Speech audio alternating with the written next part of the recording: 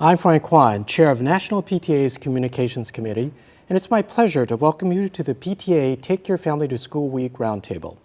We're in Los Angeles County, here at the Office of Education, and are fortunate to have some of California and the city's top education experts on hand to discuss the state of education and the importance of family engagement in supporting student success and building great school communities. In many ways, California is taking the lead in family engagement in education.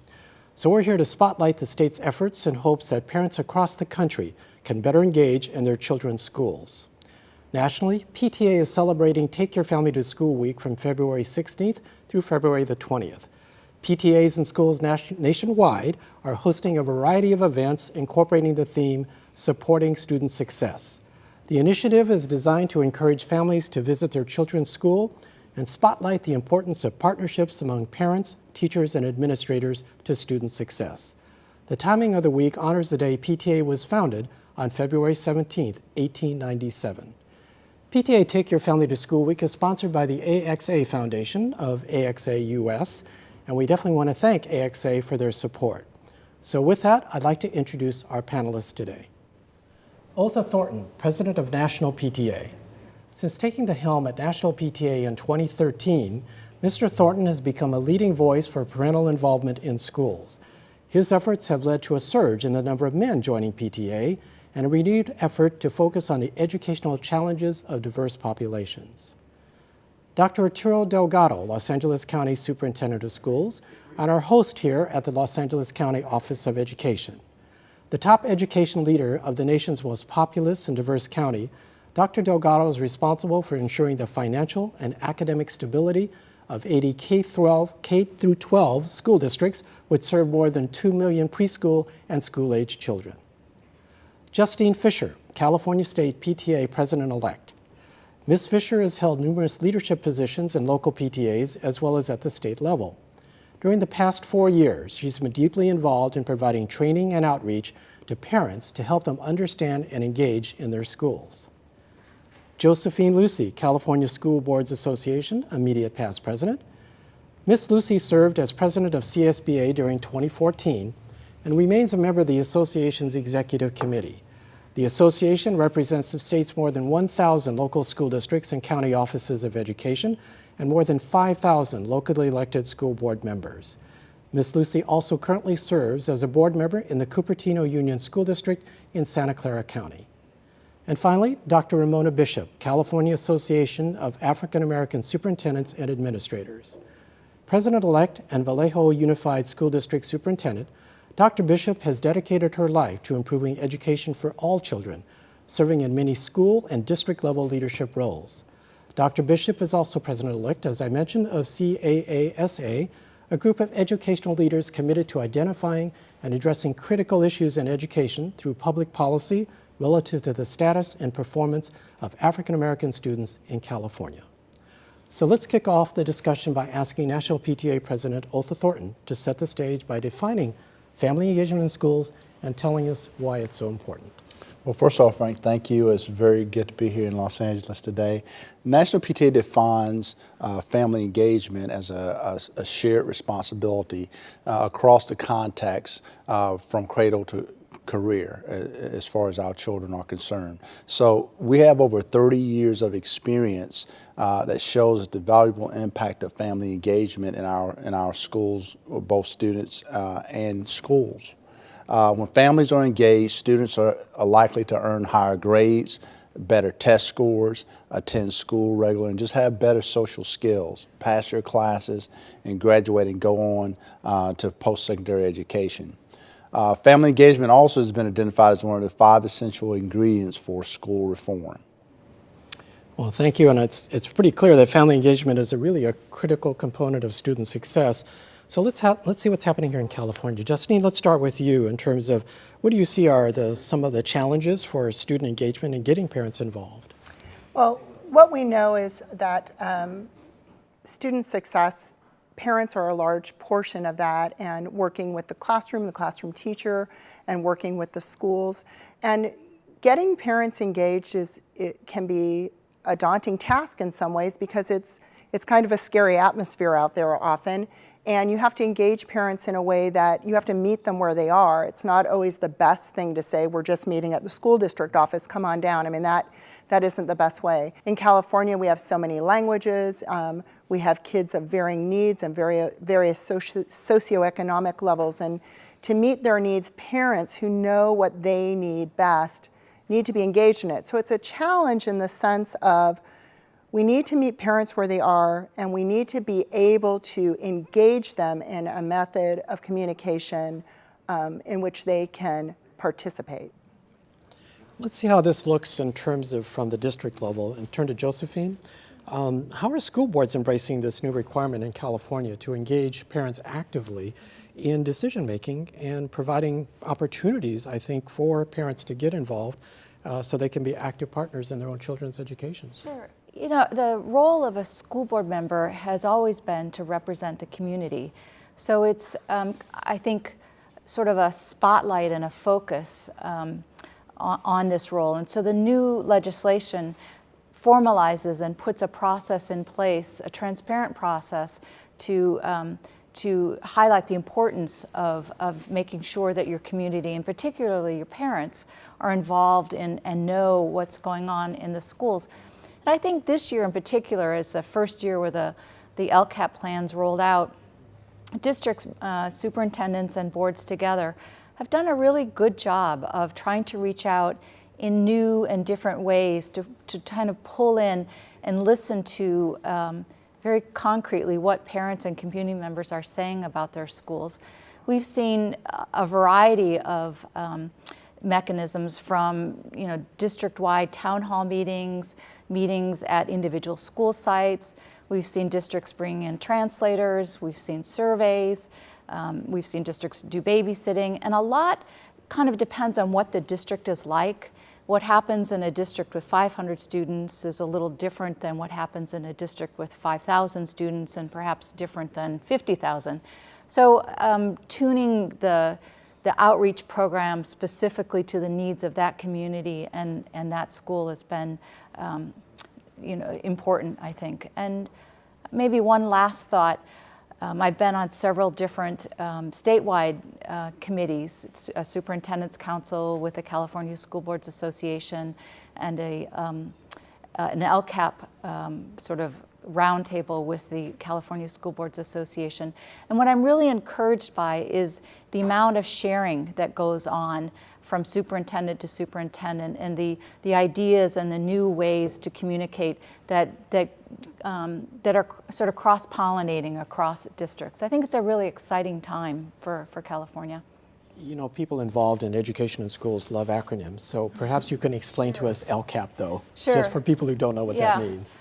LCAP is the Local Control Accountability Plan, which is a new document that every district is required to produce that talks about how you're spending the money that you're getting from the state. So how your base grant is spent, how your supplemental grant is spent, how your concentration grant is spent. And it tries to lay out a 3-year process for goals that you want to achieve, tied to student achievement for different subgroups within your student population. Yeah. Thank you. Sure. Dr. Gatto, let's look at maybe what family engagement looks like here in Los Angeles County a bit, particularly for our County Office of Education. If you could just tell us a bit about what's going on in terms of what you see as effective and meaningful family engagement. I'd be glad to. It ranks very high within the Los Angeles County Office of Education. We have really a broad range of regionalized support services that we do have available to parents. Our Head Start division, let's begin there, for example, has taken steps to increase the father engagement in our communities.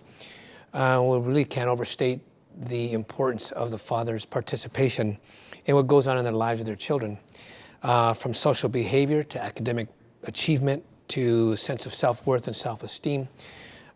All of these measurements go up dramatically when the fathers are engaged. So we've put a lot of emphasis in trying to get our fathers involved.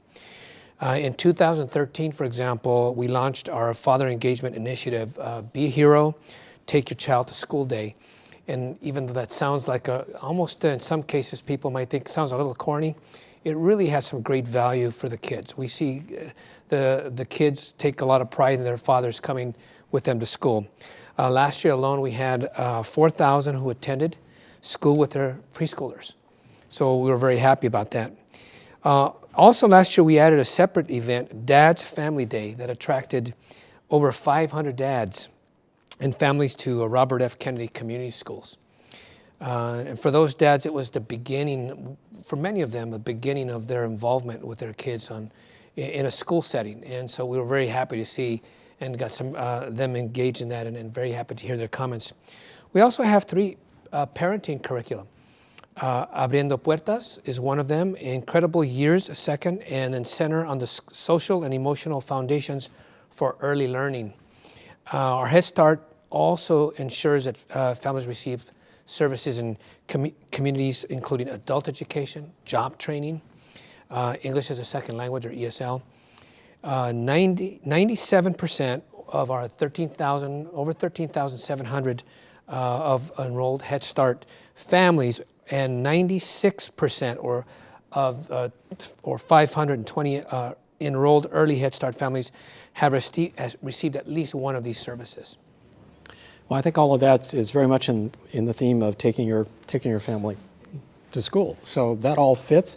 There's some innovation I hear in there, and maybe I'll turn to Dr. Bishop now and see some of the things that you're doing in your own district that are pretty innovative in terms of reaching out to parents and families, and particularly what you see as the impact of those innovative kind of efforts that you've been making. Thank you. So yes, there's a renewed effort on parent engagement in our schools in California. We're excited about that. There's also been this long-term effort under Title I to ensure that families are engaged in school. So when I came to the Vallejo City Unified School District about 4 years ago, we really wanted to think about how we could build a system, build an amazing school system, but we wanted to do it in concert with the community. Because at some time, you know, I'm a superintendent, so superintendents go away and the community is left with the educational system. And so we've worked very hard to listen to our parents as we reviewed data. We've listened to our parents and listened to their innovative ideas and began to plan 4 years ago about what our school system would look like. And the outcome of that has been a number of things which are now encapsulated in the LCAP and we'll be utilizing our LCFF funding for. Those things include being a full-service community school district. We're on every campus. We have an academic support provider that's responsible for being kind of a community organizer and a resource-rich person that can connect the families to school, especially the disengaged families. The outcome has been that we've built a K through 12 STEAM school district, science, technology, engineering, arts integration, and mathematics, where we're not waiting until students get to high school to say, let's have a focus for you. We're actually starting early. What we know is that our young girls, our young kids of color, early decide, I'm not good in math or science. So we're starting young, and we're saying that by the time you get to high school, you'll have a real intense understanding of math and science, and then you'll choose what area you'll go into. And then lastly, I think one of the biggest innovations is our wall-to-wall academies at our high schools. Every 11th grader is now enrolled in a high interest academy, again, organically grown with the community. And by 12th grade, by next year, we'll have every 12th grader in a small learning community. So basically that means that we have broken that comprehensive, huge high school down into small learning communities with specialized staff. And we have programs like biotech. Our kids are going to be employable in the biotech industry, be able to work their way through college. We have visual and performing arts for the creative kids. And so when you think and you listen and you throw the data out to families and actually give them an understanding of what the data says, then I think if you really listen, not just to the parents who were successful in school, but to all parents, listen to parents who weren't even successful about what they need, then we can build a network of support for all kids to be successful in our K through 12 systems. And we're excited about the programs we've built. And I think it's probably, or should be, fairly obvious that every family, no matter what their ethnicity or their socioeconomic status, really wants their children to succeed and get a high quality education. And I think, Dr. Bishop, you pointed out some of the things that you're doing in your district.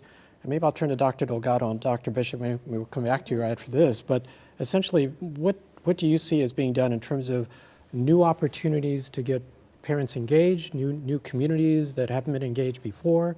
Are there things that the county office is doing in terms of reaching out to those kinds of parents?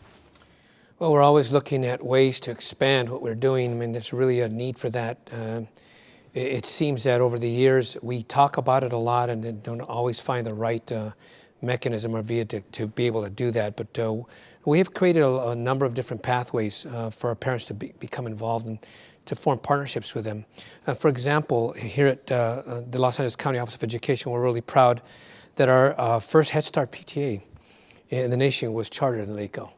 And so when we talk about PTAs and we talk about Head Start, usually people don't think of it that way, but there really is quite a bit of interest by our parents to be engaged through a PTA that way.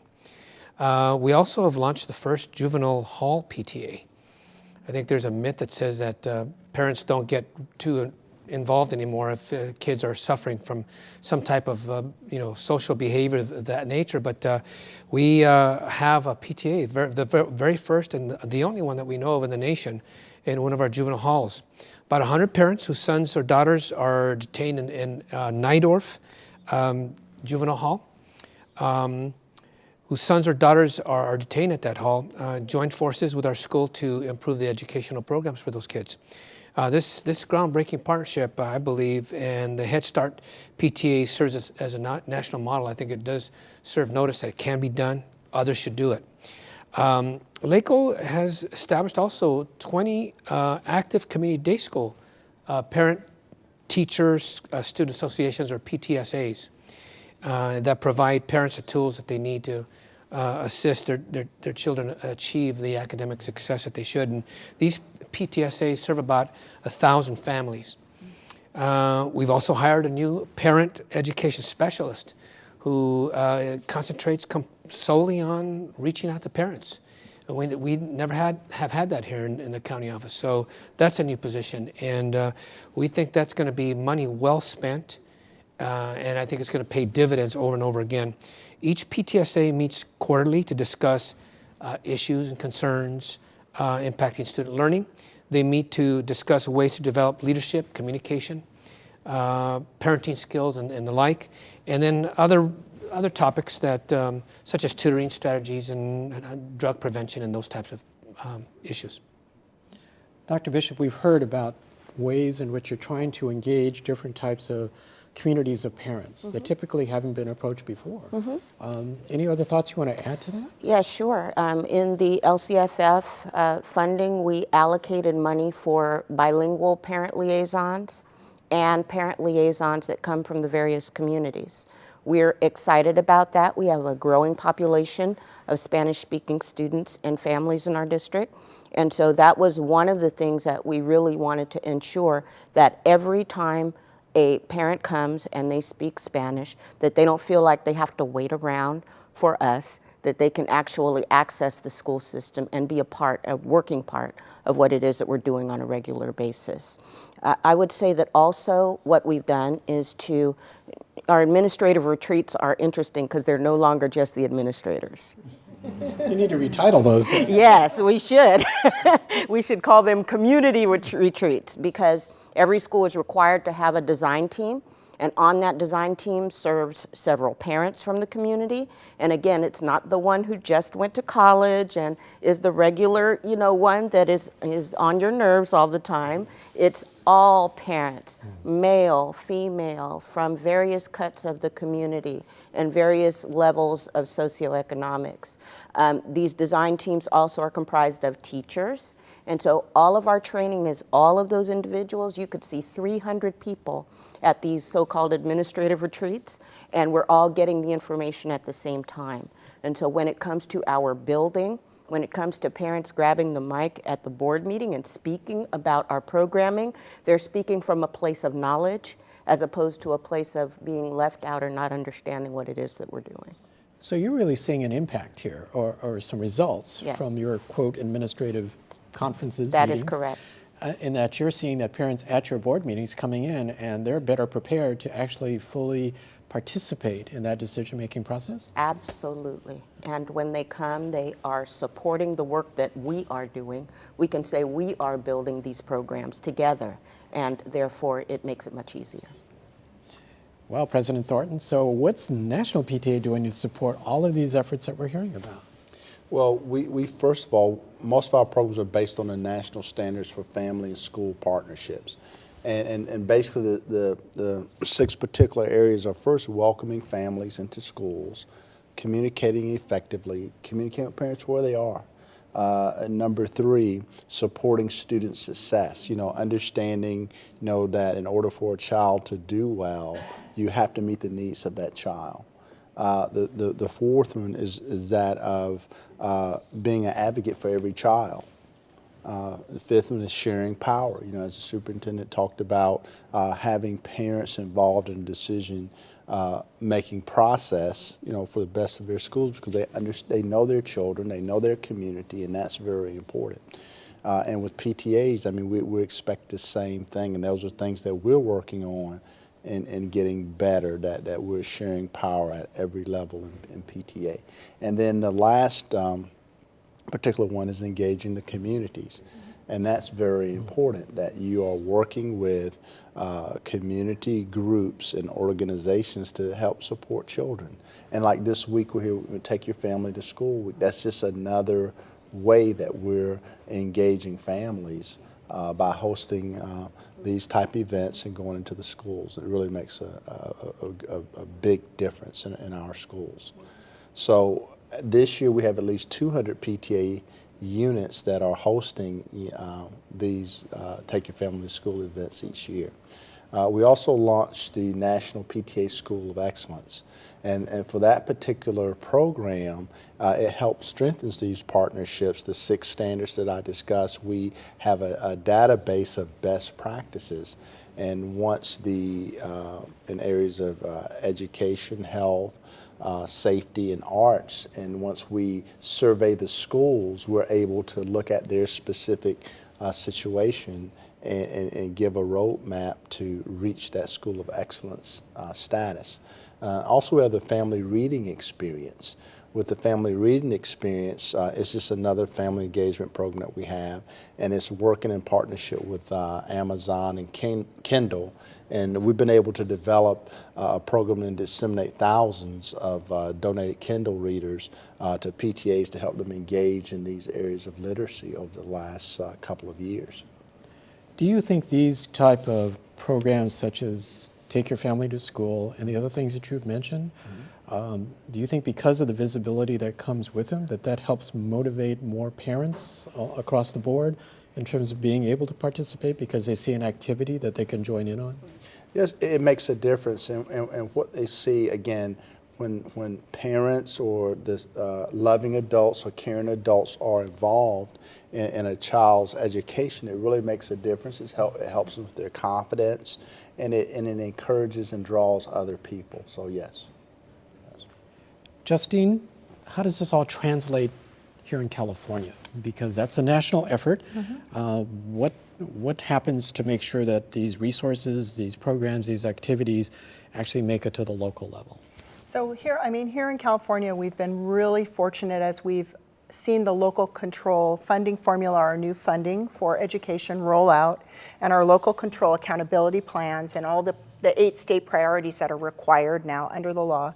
We've been so fortunate in California State PTA to work with National PTA, where we have this wonderful assessment guide of family school partnerships that very easily draws out for school districts and superintendents a way to engage their families authentically and have a good set of markers to say, wow, we're doing that well, and maybe we should work better here.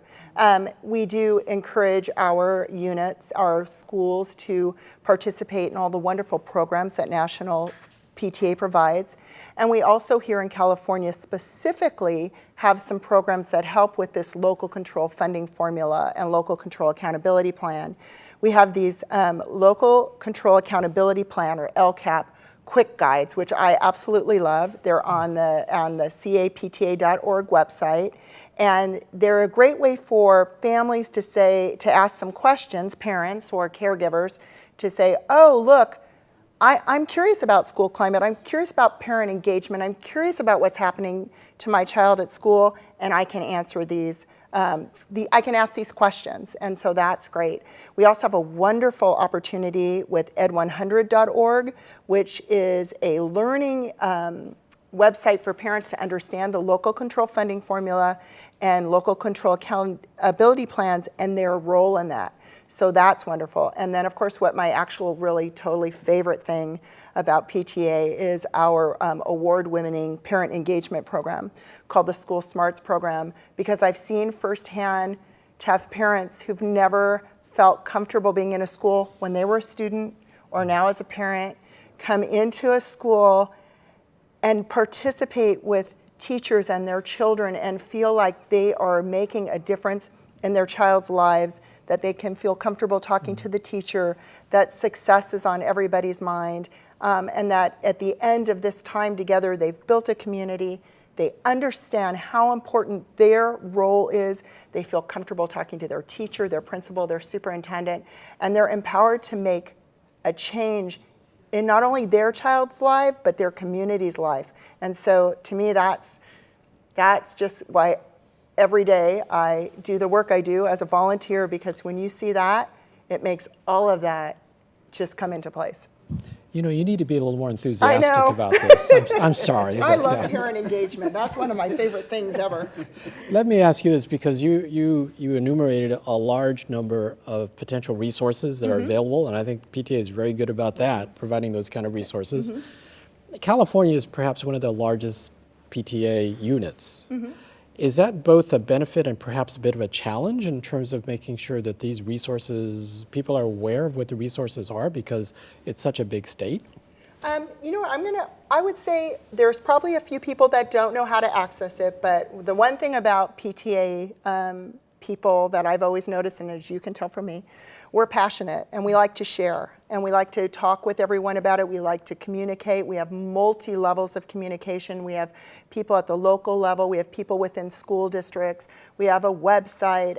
We are able to do information. We're able to take nationals information and share it with people, because we know in PTA the most important things are building these communities, getting people the information they need, giving them resource to help their child. I mean, we're all in this because we value our children and we value their education, because they're our future. And that's why I think every one of us gets up every morning and does the work we do. Let me ask Dr. Delgado, because we heard from Dr. Bishop as well. In terms of, this is the other side of the partnership in a sense, is the school part. You know, what are schools doing?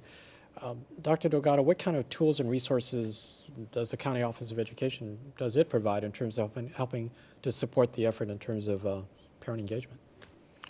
Yeah, we do provide a good number of services and programs related to parent engagement and outreach of families. And these topics range anything from early childhood education to parenting and literacy classes, job development and work career preparation. So let's take our Head Start as an example again. A state preschool offers comprehensive services to pregnant women, children from birth to age 5, and to their parents. So we include their parents in those programs. We also provide resources and support through our Family Engagement and Instructional Leadership and Early Childhood Foundation, or education, which works with our district PTAs. And so we provide resources, technical assistance, and in training for school districts and the communities to build their capacity to start their own programs and to help themselves. And we then also turn to looking at programs that focus on parent involvement for after school enrichment and adult education and child rearing, child care training and the like. So our student support services delivers specialized help in this area for health, in particular to health services for families, including dental disease prevention and as well as early prevention programs in mental health. And so they also offer assistance and leadership to help provide safe and secure learning environments for children and families, including conflict resolution, which we think is a growing need within our families to be able to help them work out the problems within themselves. And then one last thing I'll mention, that's our Greater Avenues for Independence, or our GAIN program. Helps parents who are welfare recipients to build self-sufficiency through employment. So we assist them in getting in preparation for the next job that they might be able to attain themselves. So we're very happy about that. What I'm hearing is that these are the student populations that county offices in California serve, students who are at risk, particularly the ones you mentioned about in terms of the so-called welfare to work and this type of thing. So what I'm also hearing, though, is that we're designing in components, parent engagement components, to work with those different populations of students? Absolutely. I mean, and it's just, like I said, I think I said this earlier, it's unfortunate that we've waited so long to really address this to the detail that we are, but we're very proud here at the LA County office that we actually have had some of these programs for some time. There is a little bit more funding coming through. I think even our state funding and our federal funding looks at that now and does see the value in it for us. So there is some assistance with that. So we're real proud of our programs. Dr. Bishop, you're a superintendent, and you mentioned your administrators conference. What is being done in terms of your organizations for the training and supporting administrators so that they can help better engage families? Because they're pretty much on the front line type of thing along with the students. Yeah. And I found from my own experiences sometimes is that sometimes maybe you need to help support administrators in terms of helping them understand how to better engage parents. Is that what's taking place in your district? Yes, it is, and even statewide. So we, the California African American Superintendents and Administrators Association, received a grant from the California Endowment to provide equity workshops, not just for administrators, but we started with the school board members. So we had a workshop attached to the California School Board Association conference. We had a workshop attached to the Superintendent's Conference. We'll have a workshop attached to the PTA conference. We're excited about that partnership because we really want to make sure that our administrators and our parents are working together and that our parents have the tools that they need, all parents, to access these administrators and have a conversation with them. I love what you said about the tools with regard to the LCAP, LCFF. I have to be honest, at the beginning, I was looking at the PTA's tools because we were all trying to figure out what was going on.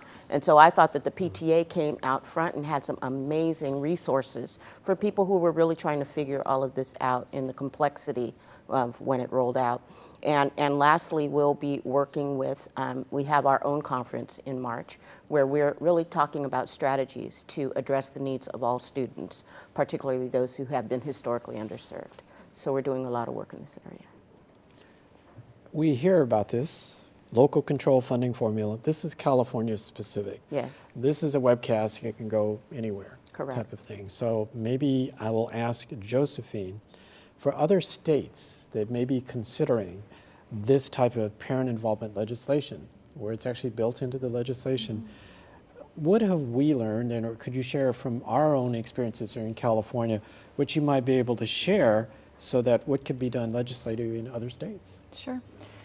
I think maybe three things you need to think about. One is the importance of local control. Also, sort of a meaningful and structured approach to change. And the last is probably simply resources. So to maybe go back to local control, if you look at the state of California, we have districts in the Central Valley with 500 students, and then we have LA County, which, LA, which is huge. Different needs in different areas, and the importance of local control allows districts to meet the needs of their constituents, of their students, of their parent population. And I just don't think I can overstate how important it is to have that flexibility at the local level to meet local needs. I think the other thing I might say, and Dr. Bishop would agree, is that here in California we've gone through a lot of change in a very short amount of time. Common Core has been accepted and is being implemented in California. We have our local control funding formula, which is shifting how we send our resources out to districts. It changes what districts get in terms of different districts are getting different amount of money. We have our SBAC testing, which instead of a paper and pencil is now very reliant on computers, which is a huge expense for many districts, and for some districts a challenge in terms of connectivity. So a lot of change in a short amount of time. Any other state kind of moving in this direction, I would say parse out your change and be systematic about what you're doing and how you move that change forward. And the last thing I would say is resources are critical.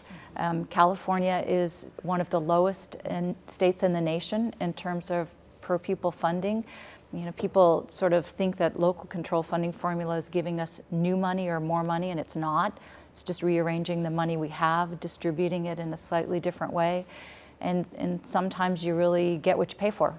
And if you're really going to try and raise student achievement, provide a quality education access for all students, you have to fund it. And so I think the next thing I would say to states is public education matters. It matters, I think, more than anything else that we do. It is the future of our country, of our economy, of our students, and it deserves to be funded well. So 3 things. Justine, you are, in a sense, the beneficiary of LCFF, the Local Control Funding Formula, because of parent involvement. What about your experience so far? What would you be able to share for other states who might be looking at this and saying, is this worthwhile? Is it worth the effort? What are the benefits? So far, what have you found? Well, you know, I would say I've been, my children are now young adults, but I have been an advocate for families being involved with children for more than 20 years. And so I feel like finally there's been some attention paid. You know, it's one thing to make a law about something, and it's another thing to be committed to that.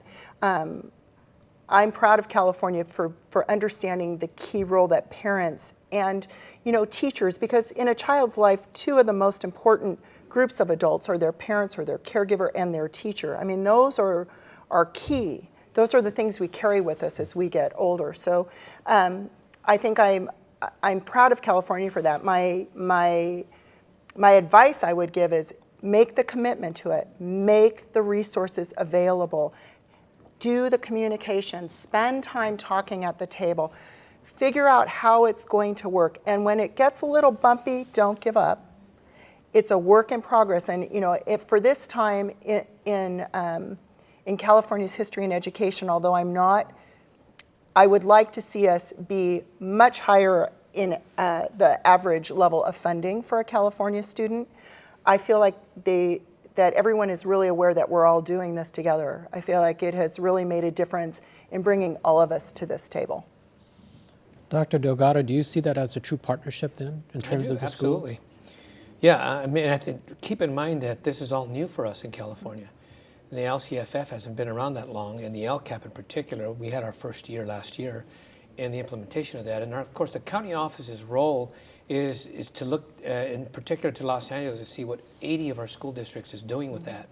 So we're learning together, and we're communicating. I think CSBA in particular is helping us to get together to talk about that as a state. So it'll be a learning process as we go along. Dr. Bishop, you feel the same way? Are we still in the learning process here? I think so. I agree that the adults, for the first time, I think are talking statewide. I really believe that it's important to hold the students at the center of those conversations, all students, really talk about equity for all students at the table, and really to include student voice as well as parent voice as we continue to implement these changes. So I'm excited more than ever before. Josephine, I'll come back to you for a second, because school boards, they're the governance structure here. They're the leadership, along with the superintendents. You know, it's a great team that works together. Does this leadership truly understand the benefits here of what's taking place, and are you sharing those benefits? Sure. I think this is, you know, change gives opportunity. So when you sort of shake up a system a little bit, sometimes you make people uncomfortable, but then you have to talk about what you're doing and why you're doing it. And I think this is an opportunity for us to focus on school boards and superintendents as a governance team, about the different roles that you play and how together you work towards making sure that the school system that you provide in your community meets the needs of all of the students in your community. It opens up another vehicle for school board members, who are elected by their community, and quite frankly, if you don't represent your community well, you're not reelected. So there's an incentive there to not just do the right thing, but to do the right thing well. And the goal is to listen to your parent community, to make sure, and I think it's not just to listen, but it's a two-way street. As an organization, you have to be able to provide data to your parent community so that they understand what's going on in your schools. So, for example, in our district, we've started to do video chats, and almost one a month. One on the new math curriculum. Our next set's going to be on the new language arts curriculum. Trying to make sure that the parents out there understand what the changes are in the district, how they're rolling out, so that when you bring them in to talk to you, there's a baseline of understanding. And I think that's a real key for school board members, is to make sure that the conversations that you have aren't just sort of a blanket, what do you want, but they're focused and they're data driven and they're focused on student achievement, and trying to make sure with the limited resources that we have that we do meet the needs of every child, and that there is a pathway for every child to have access to a quality education. It's an exciting time in California. It's a little unnerving, but it's an exciting time. Justine, I might just turn to you again because you're kind of like our emotional touchstone here in a way, because we hear that the passion in different ways that comes out. What do you see as the ultimate results here? Because you talked before about, even though your children are a bit older now, type of thing, but in terms of what really is the payoff here in terms of all of the effort by school boards, superintendents, and organizations, what do you see as the payoff? Well, I think in a lot of ways what we see is when families are engaged and the community's engaged and children feel supported, then they want to be at school and they want to be successful and they want to work at what they're doing, and it seems that the future is out there and it's attainable. And so we want to make sure that we're giving our children, all of our children, as many skills as we can. We want to make sure that they are going to be our world in the future. And I think when parents feel that they have a role in that and that they're communicating, everybody seems to be a little bit more into the pace of saying, maybe this is a little unnerving, but we're going to get there. And I know from talking with parents and even with kids, there's a lot of pride for a parent to be involved in their school community. And even though sometimes kids might say, oh, my mom is here, there's a lot of pride in that, my mom or my dad or my grandma or my uncle or my big brother, they care about what's happening to me. And that's a big deal. And what we want to make sure happens is that we give our kids all of those skills. And with the new local control funding formula and the 8 state priorities that our school districts and our county offices are focusing on, we do want to make sure that we're talking about all those, because we do know what is great for kids and we want to make sure it happens. Okay. Well, Mr. Thornton, I started with you. Yeah. So let's give you the last word in terms of what do you think should be the takeaway from our discussion about parents in schools? What do they get from this discussion that we've had so far? Okay. Well, thank you, Frank. I would say, entire esteemed panel, thank you today for your insights and being here just to talk about the parent engagement and issues that are important to our families and schools. We know that there's power in advocacy and leadership. And it's how we use, these things to transform our schools and our neighborhoods into thriving communities and schools. And, and to see the bright eyes of young boys and girls and our future leaders and builders as we advocate for them. We understand that the opportunity, true opportunity, starts and ends with access to a great education. And as demonstrated in this discussion today, we underscored through ongoing research, when families are engaged and families and schools work together, students attend school more often, they earn higher grades, have better social skills, and just improved behavior. So I asked the parents to recommit your purpose to this purpose. PTA has always taken a great challenge with powerful practical solutions, which we've offered through our schools of excellence, our partnership standards. And we try to rally together around those who care about our children to solve some of our toughest education problems that we have. And our promise to you is that every child is very simple. We want your future to be better for every child. We want to be brighter and happier than our past. And let's just stay true to the promise that we've made. And let's stay engaged and work together because it's vital to the success of all our children and their schools. Thank you. Well, this has been an important discussion, especially for anyone who has a stake in providing a great education to our children. I encourage you to keep the conversation going on the Twitter hashtag, Take Your Family to School Week. You'll see it on your screen, and also at our website, www.lacoe.edu. Thanks to everyone here for sharing your invaluable insights and the ways to get and keep families engaged. I'm Frank Kwan, and thank you for joining us.